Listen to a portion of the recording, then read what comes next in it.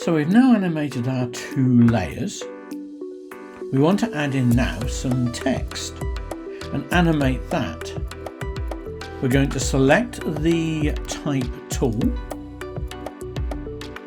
We're going to make sure that we've got our character panel active over at the far right hand side of our screen, and pick a font. Now here I have selected Utopia Standard. Here you can access any fonts from within inside your system and those that have been activated from your Creative Cloud account. I'm just going to check how my type is going to behave when I click my insertion point, and I want to make sure that I'm actually on aligned left for this particular exercise. I'm going to check my size. Here I'm set at 185. Again, it doesn't matter if you don't get exactly the right size because you can always change your type. I'm going to click an insertion point and I'm going to just type in some text. I'm going to type in spa days.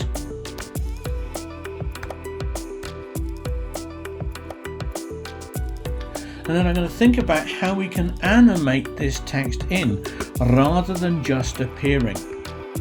You will notice that in my timeline, my text is coded differently in terms of color.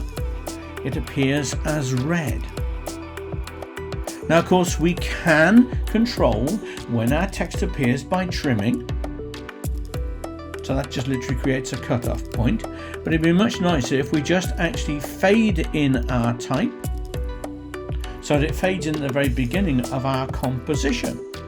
The same way that we created that opacity to fade in an image, you can use on text.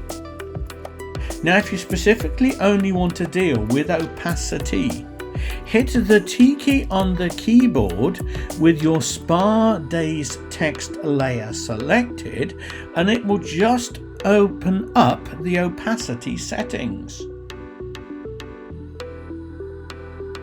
Now I'm going to click the stopwatch to record that current setting, which at the moment is 100%. I actually want this text to be invisible when it starts, so I'm going to bring the opacity down to 0. I'm then going to move the playhead as to where I want my text to appear.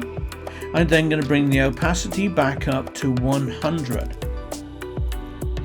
So once you get used to the concept of these keyframes, the concept of animation can be applied to anything that you can bring in on its own layer.